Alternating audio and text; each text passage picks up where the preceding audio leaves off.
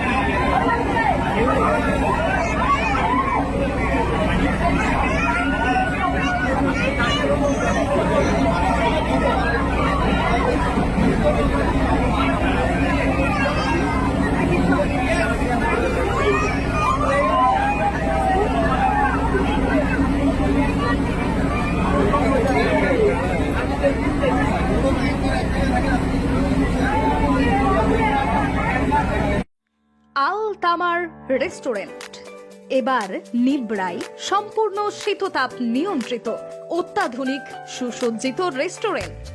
এখানে থাকছে আরাবিয়ান মান্ডিতে বসে লাঞ্চ এবং ডিনারের সুযোগ।